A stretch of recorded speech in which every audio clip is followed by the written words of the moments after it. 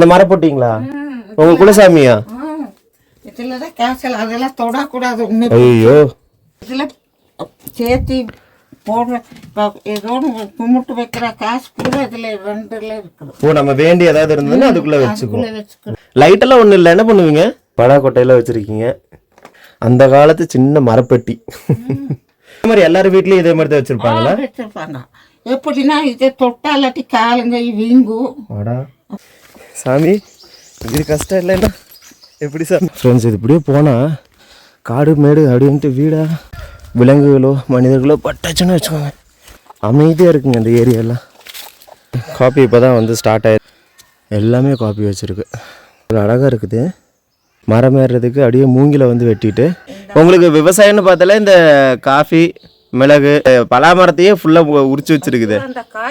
யானை வருங்கம்மா இருந்துச்சு.